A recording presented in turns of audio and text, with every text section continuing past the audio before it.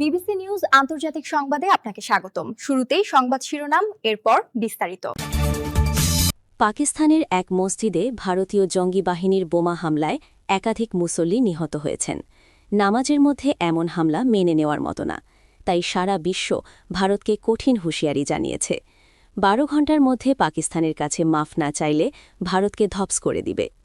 পাকিস্তানি মসজিদে বোমা হামলায় নিহত বেড়ে 31। পাকিস্তানি জুমার নামাজে মসজিদে বোমা বিস্ফোরণ, নিহত 15। মস্কোতে আবাসিক ভবনে রুশ জেনারেল গুলিবিদ্ধ। আলোচনা অব্যাহত রাখার সম্মতিতে শেষ ইরান-যুক্তরাষ্ট্র বৈঠক।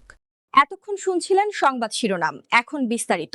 আপনি যদি মুসলিমদের পাশে থাকতে চান তাহলে ভিডিওতে লাইক করে চ্যানেলটি অবশ্যই সাবস্ক্রাইব করে দিবেন এবং কমেন্টে জানিয়ে দিবেন আপনার মূল্যবান মতামত। এখন বিস্তারিত। পাকিস্তানি মসজিদে বোমা হামলায় নিহত বেড়ে 31। পাকিস্তানের রাজধানী ইসলামাবাদের একটি মসজিদে ভয়াবহ বিস্ফোরণের ঘটনায় নিহতের সংখ্যা বেড়ে 31 জনে দাঁড়িয়েছে। এই সংখ্যা আরও বাড়তে বলে আশঙ্কা প্রকাশ করেছে স্থানীয় প্রশাসন। এছাড়া অন্তত 169 জন আহত হয়েছেন। তাদের উদ্ধার করে আশপাশের বিভিন্ন হাসপাতালে চিকিৎসা দেয়া হচ্ছে। মসজিদটির কয়েকটি দেয়ালও ধসে গেছে। খবর দ্য ডনের।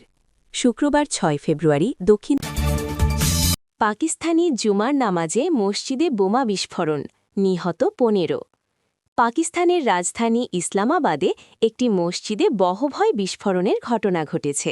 এতে অন্তত 15 জন নিহত হয়েছেন বলে স্থানীয় প্রশাসন জানিয়েছে। একই সঙ্গে অন্তত 80 মুসল্লি গুরুতর আহত হয়েছে। মসজিদটির কয়েকটি দেয়ালও ধসে গেছে। শুক্রবার 6 ফেব্রুয়ারি দক্ষিণ পূর্ব ইসলামাবাদের তারলাই এলাকার খাদিজাতুল কুবরা মসজিদে জুমার নামাজ চলার সময় এই বিস্ফোরণ হয়। খবর দ্য ডনের। স্থানীয় জেলা প্রশাসনের তথ্য অনুযায়ী বিস্ফোরণের খবর পেয়ে তাৎক্ষণিক সেখানে 1200 শতাধিক পুলিশ ও উদ্ধারকর্মী গেছেন। ঘটনাস্থলে উদ্ধার কার্যক্রম চালাচ্ছেন আরও অনেক স্বেচ্ছাসেবী ও ফায়ার সার্ভিস কর্মী। মস্কোতে আবাসিক ভবনে রুশ জেনারেল গুলিবিদ্ধ। মস্কোতেই রাশিয়ার সামরিক বাহিনীর একজন উচ্চপদস্থ জেনারেলকে লক্ষ্য করে গুলি করা হয়েছে। শুক্রবার 6 জানুয়ারি সকালে রাজধানীর উত্তর পশ্চিম উপকণ্ঠে একটি আবাসিক ভবনে গুলিবিদ্ধ হয়ে গুরুতর আহত হন লেফটেন্যান্ট জেনারেল ভ্লাদিমির অ্যালেক্সিয়েভ। হামলার পর তাকে তাৎক্ষণিকভাবে হাসপাতালে ভর্তি করা হয়। তবে তার বর্তমান শারীরিক অবস্থা এবং হামলাকারী বা এর পেছনের উদ্দেশ্য সম্পর্কে এখনও কোনো আনুষ্ঠানিক তথ্য জানানো হয়নি। খবর বিবিসির। অ্যালেক্সিয়েভ রাশিয়ার সামরিক জেনারেল স্টাফের প্রধান গোয়েন্দা অধিদপ্তর জিআরইউর বা গ্রুয়ের একজন শীর্ষ কর্মকর্তা।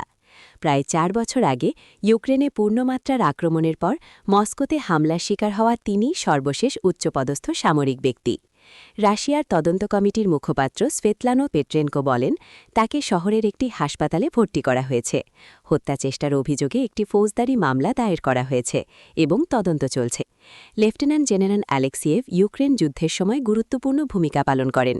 2022 সালে মারিউপোল অবরোধের সময় তিনি ইউক্রেনের সঙ্গে আলোচনায় অংশ নেন। 2023 সালের জুনে ওয়াগনার ভাড়াটে বাহিনীর প্রধান ইয়েভগেনি প্রিগোজিনের নেতৃত্বে সংঘটিত স্বল্পস্থায়ী রক্তক্ষয়ী বিদ্রোহের সময় প্রিগোজিনের সঙ্গে আলোচনার জন্য তাকেই পাঠানো হয়েছিল।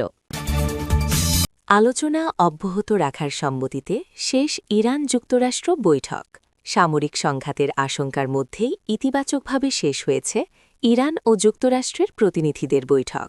শুক্রবার 6 ফেব্রুয়ারি ওমানের রাজধানী মাস্কটে দুই দেশের কর্মকর্তাদের মধ্যকার পরোক্ষ আলোচনা শেষ হওয়ার তথ্য জানিয়েছেন ইরানের পররাষ্ট্রমন্ত্রী আব্বাস আরাকচি। খবর আল জাজিরার। তিনি এ বৈঠকের জন্য মাস্কটে গিয়েছিলেন।